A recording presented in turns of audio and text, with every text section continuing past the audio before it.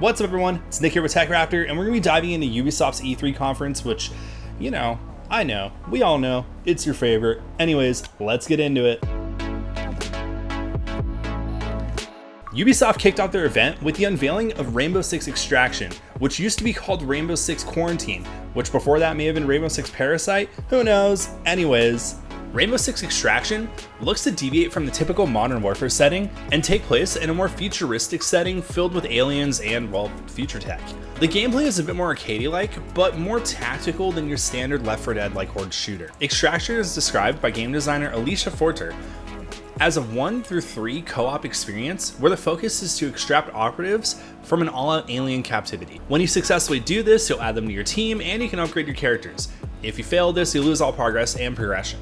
Rainbow Six Extraction drops on everything but the Switch this September 16th, so if you're like one of the 2 people that's still playing on Stadia, this one's for you, I guess. Moving on. Get that guitar out of storage because Rocksmith Plus is here. And look, I know a lot of you bought a guitar when you were a teenager and meant to try to, be in a band or whatever, but that didn't work out.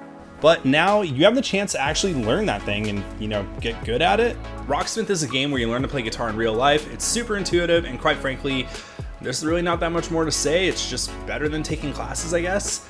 And the game is coming to PC, consoles, and mobile devices as a subscription service. Yeah, so you're gonna finally learn all those Suicide Silence songs you liked as a kid, right? I mean, that's probably what I'm gonna be doing. Yeah, so let's move on. So the 90s are like totally in right now, baggy jeans, middle parts, mom pants, whatever. And extreme sports are kind of making their way back into the zeitgeist now. So how about a game that's totally focused around that?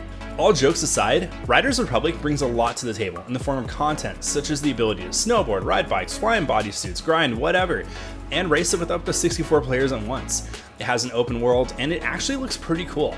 There's also a severe lack of extreme sports games these days, so don't sleep on this one if you're even remotely interested in that. Riders Republic releases on everything September 21st, except for the Switch, which if you've been paying attention right now this E3, kind of seems to be a common thing. I don't know. To dogpile on Nintendo a little bit, Just Dance 2022 is coming to everything but the Wii. So yeah, I guess that's the end of an era. Shouts out to a real one. In other news, Assassin's Creed Valhalla is getting a ton of support. In fact, it seems like they're getting so much that we're going to be playing this game for about 2 years it seems. This year, Ubisoft showed off a few things that'll be coming to the Viking adventure, such as one-handed swords, new quests and gameplay modes, as well as a major story expansion called The Siege of Paris. In The Siege of Paris, you'll go to a war-torn Francia, or France as it's known now, and you'll participate in one of the biggest Viking battles ever. They also announced that a Discovery Mode tour is expected to come this fall, as well as the announcement that Ubisoft will be supporting Assassin's Creed Valhalla with tons of major DLC for at least 2 years. So if you're hoping for a new Assassin's Creed game to be announced today, nah. It's not gonna happen. But honestly, this is a good thing because it means that we're getting more out of Assassin's Creed Valhalla and the next game gets a bit more time to cook in the oven so it doesn't come out like every Ubisoft game. Crazy thought, right? I know. In addition to Assassin's Creed, we also got a lot more Far Cry details, with the new Far Cry 6 trailer that, unlike the press conference itself, featured pretty good acting. He would say it's not always about your stomach, mijo. It's about the challenge. Except when he caught a big, fat, juicy marlin.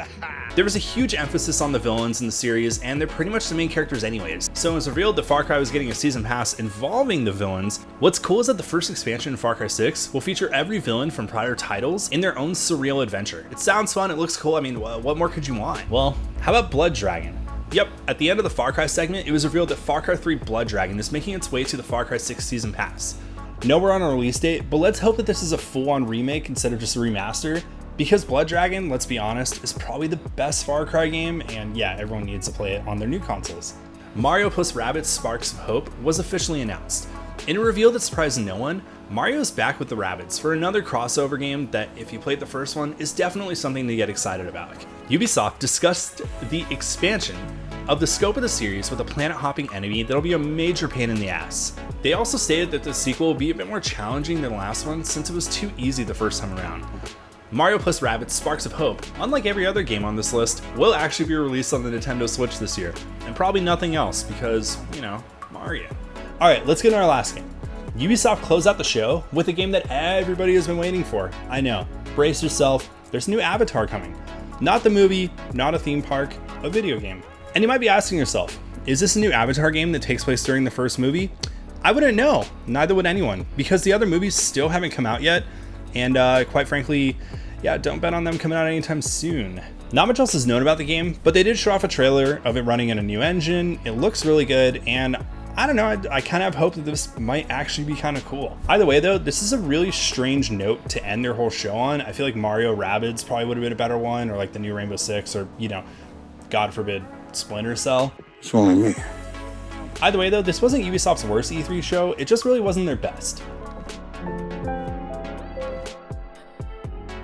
And with that closes out Ubisoft Forward for this year. Be sure to stick with TechRaptor this E3 season to get all of your gaming news. And yeah, that game that you're thinking about right now, it's probably going to get announced. Although, maybe it won't. I don't know. You'll find out though. Along the way. Until next time, take care.